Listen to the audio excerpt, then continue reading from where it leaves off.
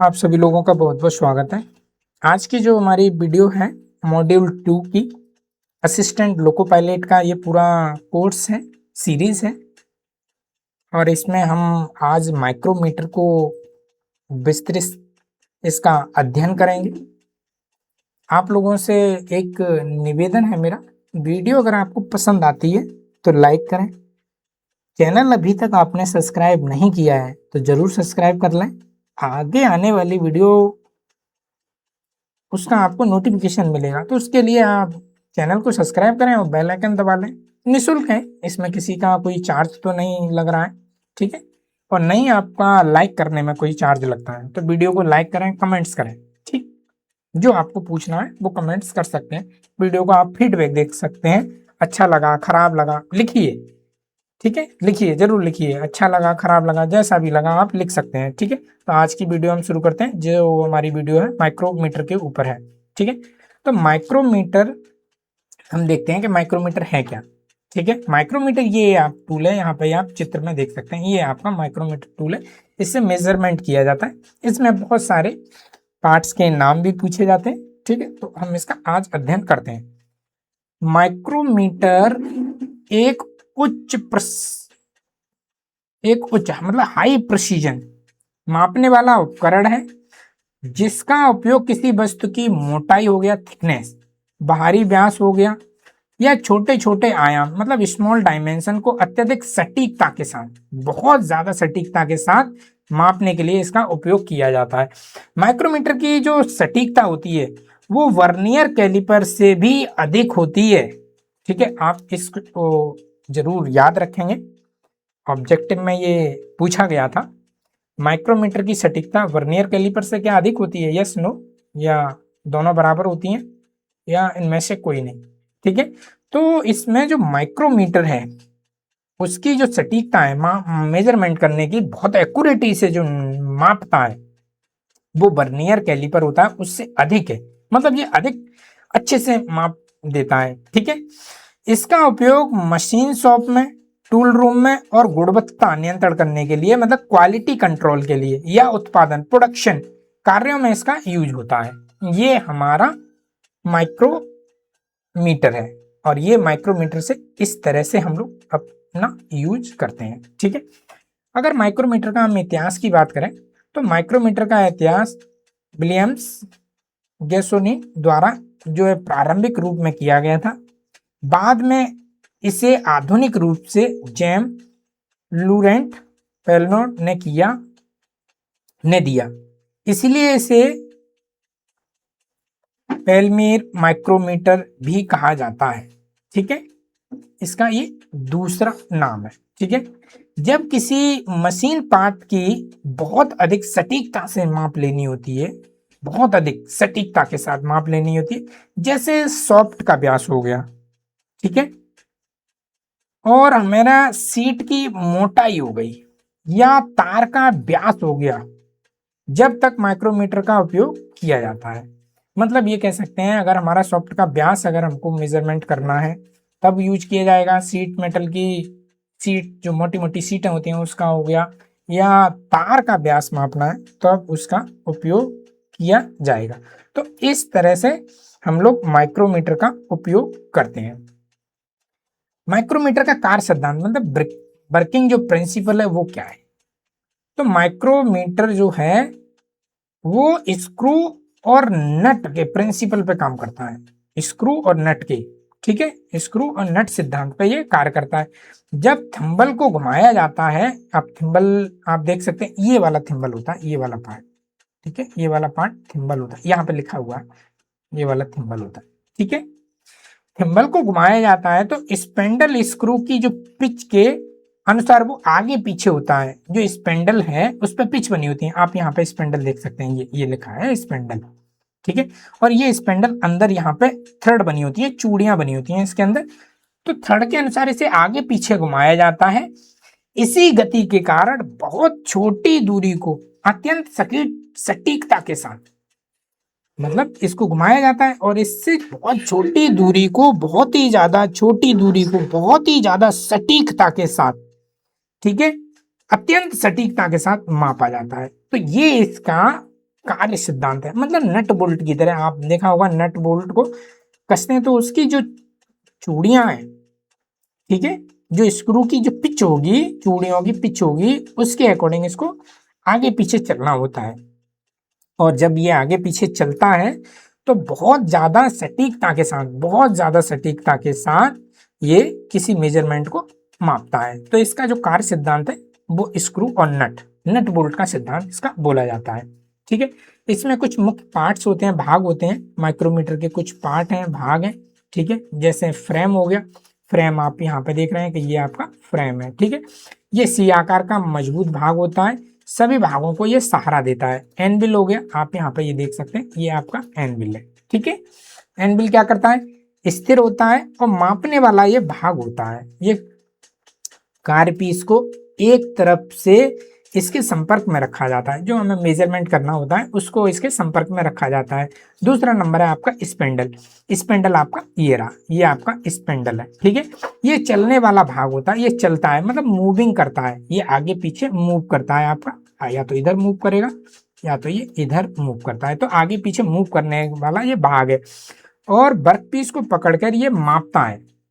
Clear, spindle जो होता है वर्कपीस को पकड़ता है और उसको मेजरमेंट करता है। नेक्स्ट है आपका स्लीप। आप स्लीप को देख सकते हैं, इस पर मेन स्केल अंकित होता है। जो स्लीप होता है ये देखिए आप, ये होता है, यहाँ लिखा हुआ है स्लीप। ठीक है, स्लीप ये वाला पार्ट होता है। इस पे जो मेन स्केल होता है वो इस पे बनाया जाता है, मेन स्केल इस पे बनाया जाता है। आप यहाँ से यहाँ तक का देख सकते हैं, ये वाला पार्ट। ठीक है, ये वाला पार्ट मेन स्केल होता है। ठीक है, मिलीमीटर की रीडिंग यहीं पढ़ी जाती है, जो मिलीमीटर की रीडिंग है वो यहीं पे पढ़ी जाएगी। नेक्स्ट है आपका थिम्बल। थिम्बल आपको ये मैंने बताया था, ये आपका थिम्बल है। ठीक है, इसे घुमाकर स्पेंडल को आगे पीछे किया जाता है। अगर हम थिम्बल को इसको घुमाएंगे और घुमाने से क्या होगा, जो स्पेंडल है ये आगे पीछे मूवमेंट करेगा। ठीक, मूवमेंट करेगा और इस पर सर्कुलर रीडिंग बनी होती है, स्केल होता है। आप जैसा कि यहाँ पे देख सकते हैं, ये निशान जो आपके बने हुए हैं, ये वाला हो गया, ये वाला हो गया, एक ये हो गया, ये हो गया, ये हो गया, ये हो गया और ये हो गया, तो ये उसके पूरे पे बने हुए होते हैं सर्कुलर। ठीक है, नेक्स्ट होता है रैचिट स्टॉप। रैचिट स्टॉप आप यहाँ देख सकते हैं, ये रैचिट स्टॉप है। समान दाब मतलब यूनिफॉर्म प्रेशर बनाए रखा जाता है। अधिक दाब से गलत रीडिंग आने से ये बचाता है। अगर हमको दाब अगर अधिक लग जाएगा तो रीडिंग जो एरर आ जाएगा, रीडिंग में एरर आ जाएगा, गलतियां आ जाएंगी, उससे ये हमको बचाने का कार्य करता है। नेक्स्ट है आपका लॉक नट। लॉक नट आप यहाँ पे देख सकते हैं, ये आपका लॉक नट है। ठीक, तो ये लॉक नट है। ये माप लेने के बाद में स्पेंडल को लॉक करने का काम करता है। ये हमारी स्पेंडल है, स्पेंडल को आगे पीछे काम किया गया और उसके बाद में हमने माप ले ली, रीडिंग हमने ले ली, इसको बाद लॉक कर देंगे तो ये अब मूवमेंट नहीं कर पाएगा। ठीक है, और एग्जैक्ट हम रीडिंग यहाँ पे कैच कर लेंगे कि कौन सा रीडिंग एग्जैक्ट हमारे को मिल रहा है, जो पार्ट का हमारा रीडिंग है। ठीक है, नेक्स्ट है हमारा लीस्ट काउंट। लीस्ट काउंट क्या होता है, जिसे हम अल्पतमान बोला जाता है। तो लीस्ट काउंट का जो अर्थ होता है, माइक्रोमीटर के द्वारा मापी जा सकने वाली सबसे छोटी माप, सबसे छोटी माप होगी वो आपका लीस्ट काउंट कहलाएगी। इसका जो फॉर्मूला होता है लीस्ट काउंट का, पिच होती है, पिच कितनी है और सर्कुलर स्केल के डिवीजन कितने किए गए हैं। ठीक है, मतलब एक पिच जो होती है उसके द्वारा पिच, जितना आपकी पिच है उतना आपका एक में एक आप घुमाएंगे पूरा चक्कर, तो उतना ये यहाँ से यहाँ तक का ट्रेवल कर लेगा। और इसको एक चक्कर घुमाने के लिए इसमें कितने आपने खाने बनाए हुए हैं ये डिवीजन करेगा। ठीक है, ये इसका लिस्ट काउंट का फॉर्मूला होता है। तो सामान्यतः इसका लिस्ट काउंट, इसकी वीडियो एकदम सेपरेट हमने बनाई गई है, वो भी आप चैनल पर देख सकते हैं, लिस्ट काउंट कैसे निकालते हैं। लेकिन ये असिस्टेंट लोको पायलट के कोर्स में नहीं है। ठीक है, तो ये आप वीडियो देख सकते हैं। जो पिच है इसकी वो 0.5 mm है और सर्कुलर जो स्केल पे जो डिवीजन बनाए गए हैं वो आपके 50 हैं। ठीक है, तो मैंने यहाँ पे पिच रख दी और यहाँ पे डिवाइड करने के लिए 50 ये रख दिए। अब मेरे को जो मिला वो 0.01 mm मिला, ये मेरा लीस्ट काउंट कहलाया जाएगा ये मेरा लीस्ट काउंट होगा, ठीक है, ये मेरा लीस्ट काउंट होगा माइक्रोमीटर का। नेक्स्ट है आपका माइक्रोमीटर के प्रकार। तो माइक्रोमीटर के प्रकार हम देखेंगे। पहला होता है आउटसाइड माइक्रोमीटर। इसमें क्या होता है, आउटसाइड में इससे बाहरी व्यास लिए जाते हैं, मोटाई मापने के लिए काम आता है। नेक्स्ट है आपका इनसाइड। इनसाइड में क्या होता है, इससे होल का अंदरूनी व्यास मापने के लिए काम आता है। ये इनसाइड माइक्रोमीटर होते हैं। क्लियर। नेक्स्ट है आपका डेप्थ माइक्रोमीटर। इसमें स्लॉट हो गई या छेद की गहराई मापने के लिए इनका उपयोग किया जाता है। नेक्स्ट है आपका डिजिटल माइक्रोमीटर। इसमें डिजिटल डिस्प्ले लगी होती है, इसके माध्यम से हमको रीडिंग दिखाता है। क्लियर। तो इस तरह से माइक्रोमीटर के प्रकार भी होते हैं। माइक्रोमीटर की अगर हम उपयोग की बात करें कि कहाँ कहाँ इनका उपयोग किया जाता है, तो सॉफ्ट का भारी व्यास अगर मापना है तो वहां यूज किया जाएगा। तार का व्यास मापना है तो वहां यूज किया जाएगा। सीट की मोटाई मापनी है, कोई मेरे पास सीट है और सीट की मुझे मोटाई नापनी है, ठीक है, तो मुझे ये मोटाई अगर मुझे नापनी है, इतनी मोटाई ये कितनी है, तो मैं वहां पे यूज करूंगा। किसी मशीन पार्ट का अगर निरीक्षण करना है तो वहां पे यूज करूंगा मैं।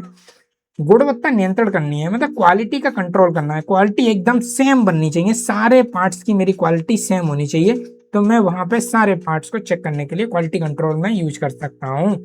सीएनसी हो गया या प्रिसीजन मशीनिंग कार्य है, वहां पे भी मैं माइक्रोमीटर का यूज किया जाता है।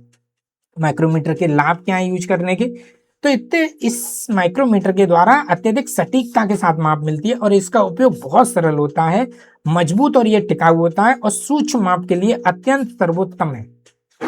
सूक्ष्म माप के लिए बहुत ही ज्यादा सर्वोत्तम है और त्रुटि की संभावना इसमें बहुत ही कम होती है। ठीक है, तो ये इसके लाभ है। अब हमारे आ जाते हैं ऑब्जेक्टिव क्वेश्चन, जो आपसे पूछे जाएंगे कि किस टाइप से आपके ऑब्जेक्टिव पूछे जाएंगे गवर्नमेंट जॉब में। तो पहला क्वेश्चन है, माइक्रोमीटर किस सिद्धांत पे कार्य करता है। यहाँ पे सिद्धांत का पूछा गया है कि माइक्रोमीटर का सिद्धांत क्या है, प्रिंसिपल क्या है। तो इसमें लीवर प्रिंसिपल होता है, या स्क्रू एंड नट प्रिंसिपल होता है, या गियर प्रिंसिपल होता है, या हाइड्रोलिक प्रिंसिपल होता है। तो इसका राइट आंसर है स्क्रू एंड नट प्रिंसिपल होता है। ठीक। नेक्स्ट आपका क्वेश्चन है सेकंड, माइक्रोमीटर का लीस्ट काउंट कितना होता है। लीस्ट काउंट पूछा जाता है, तो माइक्रोमीटर का लीस्ट काउंट कितना होता है। तो यहाँ पे आपके ऑप्शन दिए गए हैं, 1 mm, फिर है 0.5 mm, सी है आपका 0.02 mm और डी है आपका 0.01 mm। तो इसका जो लीस्ट काउंट होगा वो होगा 0.01 mm। ठीक है, आपका राइट आंसर। नेक्स्ट आपका क्वेश्चन थर्ड है, रैचेट स्टॉप का मुख्य कार्य क्या है। पहला आपका ऑप्शन दिया गया है रीडिंग को मिटाना, दूसरा ऑप्शन दिया गया है समान दाब बनाए रखना, और तीसरा ऑप्शन दिया है आपका स्केल बदलना या स्पेंडल को हटाना, स्पेंडल हटाना। तो इसका राइट जो आंसर होगा समान दाब बनाए रखना, समान दाब बनाए रखने का ये कार्य करता है। क्लियर। आपका क्वेश्चन नंबर चौथा है, 0 से 25 mm तक, 0 से 25 mm तक माइक्रोमीटर का उपयोग किसके लिए किया जाता है। छोटे आकार या मशीन पार्ट्स मापने के लिए, या बड़े पाइप मापने के लिए, या केवल गहराई मापने के लिए, या केवल अंदरूनी व्यास मापने के लिए। तो इसका राइट आंसर है छोटे आकार के मशीन पार्ट्स बनाने के लिए। तो ये इसका ये राइट आंसर होगा। ठीक है, क्वेश्चन नंबर आपका नेक्स्ट 5, निम्नलिखित में से कौन सा माइक्रोमीटर का भाग नहीं है। ठीक है, ये कई बार रिपीटेड क्वेश्चन होता है, इस तरह के क्वेश्चन आपके गवर्नमेंट एग्जाम में पूछे जाते हैं। तो आप लोगों से मैं निवेदन के साथ में ये बात बोलूंगा कि आप लोग बहुत ही ध्यान पूर्वक पढ़ाई करें। आप एग्जाम में जरूर क्वालिफाई होंगे और आपको क्वालिफाई होना है। आपने सपना देखा है, अपने घर वालों ने आपके लिए सपना देखा है, तो आपको जरूर मेहनत करना है और आपको पढ़ाई करना है। ठीक है, और इस तरह के आपसे क्वेश्चन पूछे जाते हैं। यहाँ पे हम लोग वीडियो लंबा ना हो जाए इसलिए 5 ही क्वेश्चन हम लेते हैं। आप लोग को अगर और अधिक क्वेश्चन मैं कराऊं तो आप लोग मुझे कमेंट्स में दीजिए कि आप 10 ले लूं, 15 ले लूं या उससे अधिक ले लूं, तो आप लोग मुझे कमेंट्स में बता सकते हैं। तो इस क्वेश्चन के जो आपको ऑब्जेक्टिव जो दिए गए हैं, पहला है थंबिल, दूसरा है स्पेंडल, तीसरा है रैचेट और चौथा है चक। तो इसमें पूछा गया है निम्नलिखित में से कौन सा माइक्रोमीटर का भाग नहीं है। थिम्बल आपका होता है, स्पेंडल आपका होता है, रेचेट स्टॉप होता है, इसमें चक नहीं होता है। क्लियर? तो ये आपका आंसर होगा, चक नहीं होता है इसमें। ठीक है, तो आज की वीडियो हमारी यही। आप लोगों को वीडियो कैसा लगा आप लोग कमेंट्स बॉक्स में जरूर जवाब दें। आपको वीडियो अगर पसंद आ रहा है तो लाइक करें। लाइक का देखिए आप लोग बहुत कम करते हैं, ये एक अफसोस है कि आप लोग लाइक क्यों नहीं करते हैं। आपका लाइक करने से तो किसी तरह का कोई नुकसान या लॉस नहीं होगा, तो आप सभी लोग लाइक ज़रूर करें। कोई भी आपको फीडबैक देना है तो कमेंट्स बॉक्स में ज़रूर कमेंट्स करें। चैनल को सब्सक्राइब कर लें, आगे आने वाली वीडियो आपको मिलती रहे। चैनल को सब्सक्राइब करने के बाद में बेल आइकन जरूर दबा लें। आप लोगों का बहुत बहुत धन्यवाद।